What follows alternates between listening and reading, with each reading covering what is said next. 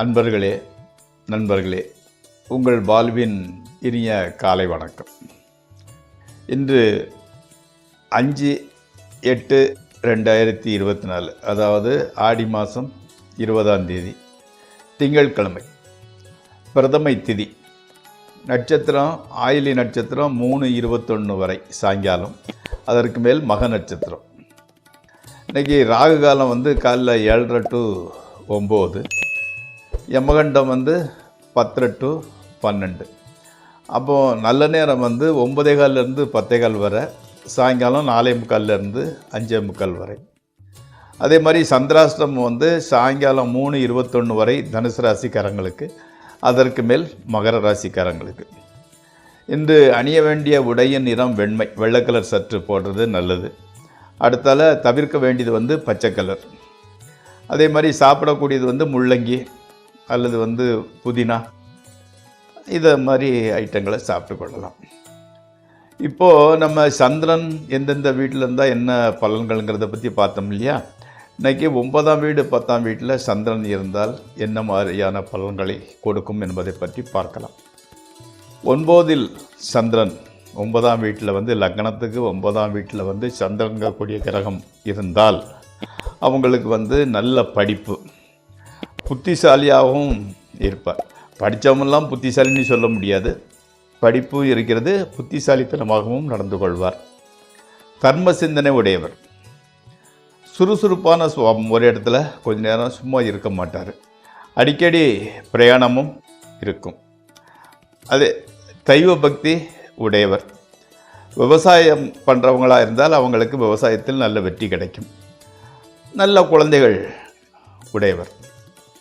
அடுத்து 10ஆம் வீட்டில் சந்திரன் இருந்தால் நல்ல தைரியசாலி, விடாமுயற்சி உடையவர், சாமர்த்தியசாலி. ஆனால் நடத்தையில் கொஞ்சம் கோளாறு உண்டு. அநேக நண்பர்கள் இருப்பாங்க அவருக்கு. சுகவாசி, எல்லாம் ரொம்ப சாப்பாடு தூக்கம் அதெல்லாம் கரெக்டான வேலை வேலைக்கு கிடைக்கும் அவருக்கு. சுகவாசி, சுலபமாக பணம் சம்பாதிக்கும் வாய்ப்புகள் வருகிறது. பணம் ஈஸியாக வந்துடுது. அநேக சொத்துக்களுக்கு தர்மகர்த்தவாக இருக்கக்கூடிய வாய்ப்புகள் வந்து சேருகிறது. நண்பர்களே, இப்பொழுது நாம் ராசிபலன் நிகழ்ச்சிக்குள் செல்வோம். இந்த ராசிபலன் நிகழ்ச்சி உங்களுக்கு பயனுடையதாக இருப்பின் சப்ஸ்கிரைப் செய்யவும், நண்பர்களுடன் பகிர்ந்து கொள்ளவும். வாருங்கள், நிகழ்ச்சிக்குள் செல்வோம். முதலில் மேசராசி. நண்பர்கள் உதவி செய்கின்றார்கள், ஆனால் உறவினர்கள் ஆதரவுடன் இருக்க மாட்டார்கள். மேலதிகாரிகள் தொழில் உத்தியோகம் பார்க்குறவங்களாக இருந்தாலும், தொழில் பண்ணுறவங்களாக இருந்தாலும் மேலதிகாரிகள் உற்சாகமூட்டி உதவி செய்கிறார்கள். எந்த காரியத்தை தொடங்கினாலும் அதில் நல்ல பலன் கிடைக்கிறது. அடுத்து ரிஷபராசி. அதிக பணச்செலவு, எதிர்பாராத வகையில் புதிய நட்பு ஏற்பட்டு அவர்களால் ஆதாயம் கிடைக்கக்கூடிய சூழ்நிலை. பெண் நண்பர்களால் சொத்து கிடைக்கக்கூடிய வாய்ப்புகள் உண்டாகிறது. கணவன் மனைவி உறவு நல்லவிதமாகவே இருக்கிறது. ஓரளவு இந்த தினம் நல்லபடியாகவே கழிகின்றது. அடுத்து மிதுன ராசி. குடும்பம், அதாவது அந்த குடும்பத்தில் உள்ள குடும்பத்தை பற்றிய கவலை எல்லை மீறி மனசை அரிச்சுக்கிட்டே இருந்துக்கிட்டு இருக்குது. ஆனால் வெளியே காட்டிக்கிறது இல்லை. கணவன் மனைவியிடையே வேற்றுமை, மன வேற்றுமை மறைந்து ஓரளவு நல்ல மிதமாக உறவு செல்கிறது. தேவைப்பட்ட பணத்தை எப்படினாலும் புரட்டி விடுகிறீர்கள். அடுத்து கடகராசி. பண தட்டுப்பாடு ஏற்படுவதை தவிர்க்க அந்த வீண் செலவுகளை கட்டுப்படுத்தி வாருங்கள். மிக எச்சரிக்கையுடன் பல விஷயங்களில் நீங்கள் இருந்துக்கிட்டீங்கன்னா, பண விஷயத்தில் இருந்துக்கிட்டீங்கன்னா பல நன்மைகள் ஏற்பட போகின்றது. மேலதிகாரிகள் ரொம்ப சப்போர்ட்டிவாக இருக்கிறாங்க. புதிய வாகனம், வீடு, நிலம் வாங்குறதற்கு உங்களுக்கு சூழ்நிலை, நேரம் துணை புரிகின்றது.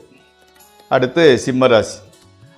தொழில் மாற்றம் அதில் ஏற்படுறதுனால கட்டாயம் வாழ்க்கையில் முன்னேற்றத்திற்கு நல்ல ஆதாயமும் எல்லாம் நல்ல சூழ்நிலைகளும் உருவாகின்றது. எல்லாம் நல்லபடியாக செல்கின்றது. கணவன் மனைவி உறவு ஓரளவு நன்றாக இருக்கிறது.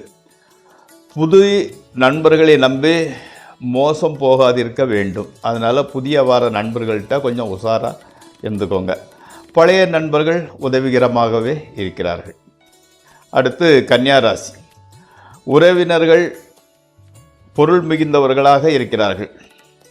அவங்க உங்களுக்கு ரொம்ப, அதாவது உங்களை விட நல்லா இருக்கிறாங்க. ஆனால் உங்கள் மீது பொறாமைப்படுகிறவராக இருக்கிறார்கள். அவர்களுடன் விரோதம் ஏற்படாமல் இருந்தால் அதுவே போதுமானது. அதனால் அவங்ககிட்ட பேசுகிறத வரக்கத்தான் கொஞ்சம் குறைச்சிக்கோங்க. குடும்பத்தில் மகிழ்ச்சி நிலவுகிறது. மேலதிகாரிகள் உதவி செய்கின்றனர்.